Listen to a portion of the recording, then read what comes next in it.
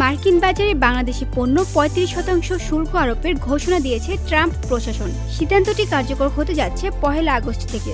এতে সবচেয়ে বড় চাপের মুখে পড়বে বাংলাদেশের নতুন ও উদীয়মান রপ্তানি খাত, বিশেষ করে প্লাস্টিক, চামড়া ও ইলেকট্রনিক পণ্য।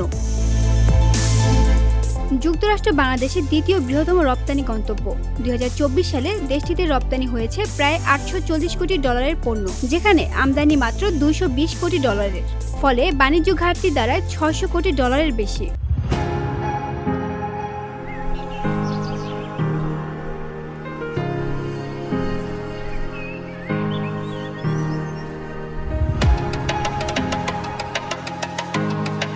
রপ্তানিকারকরা বলছেন, একই রকম ঘাটতি থাকা সত্ত্বেও ভারতের ক্ষেত্রে এখনো আলোচনা চলছে। আর ভিয়েতনামের পণ্য শুল্ক আরোপ হয়েছে মাত্র ২০%। সেখানে বাংলাদেশকে ৩৫% শুল্ক দিতে বাধ্য করা হচ্ছে। এটি বৈষম্য কিনা তা নিয়ে প্রশ্ন তুলছেন উদ্যোক্তারা। অন্যদিকে প্রস্তাবিত দ্বিপাক্ষিক চুক্তিতে রয়েছে একটি গুরুত্বপূর্ণ শর্ত। যুক্তরাষ্ট্র যদি কোনো দেশের ওপর শুল্ক বা নিষেধাজ্ঞা আরোপ করে, বাংলাদেশকেও একই পদক্ষেপ নিতে হবে।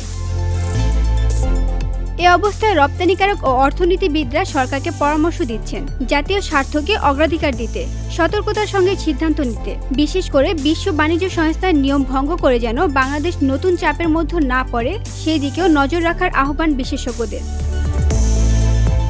VOD Bangla news desk.